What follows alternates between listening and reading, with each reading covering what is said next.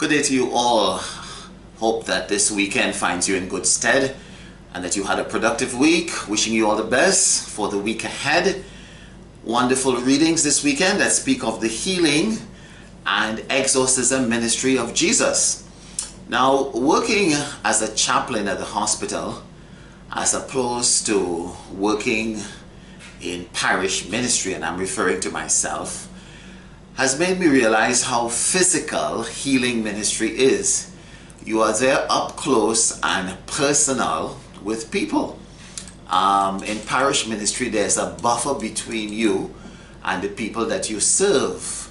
You would find, for instance, that the priest engages people in very formal settings in terms of preaching, teaching, and counseling.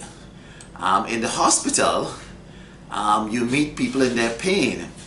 There is often blood and urine and vomit present. IV lines and tubes are the order of the day. There is nothing formalized or rehearsed, and very often emotions are very raw. You encounter people as they are. There is nothing to hide. So when we read this weekend of Jesus engaging in healing ministry and exorcisms, it must have been a very similar scenario. He was there with people in their real state. And I suppose that this is where Jesus wants to be. He wants to be there in the midst of the messiness of our lives, in our doubt, in our pain, and in our confusion. And very often it is hard for us to imagine God reaching us there. This weekend we are told that Jesus was considered to be possessed or out of his mind to engage with people in this real way. You can imagine the drama and confusion that resulted from these encounters. It was not the sanitized world of the religion of the day, of the Jewish people. Jesus met people where they were.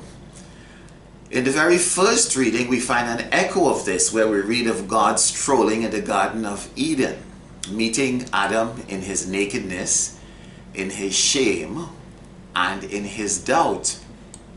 And Jesus himself is portrayed as an ordinary person who often had no time to attend to his personal needs.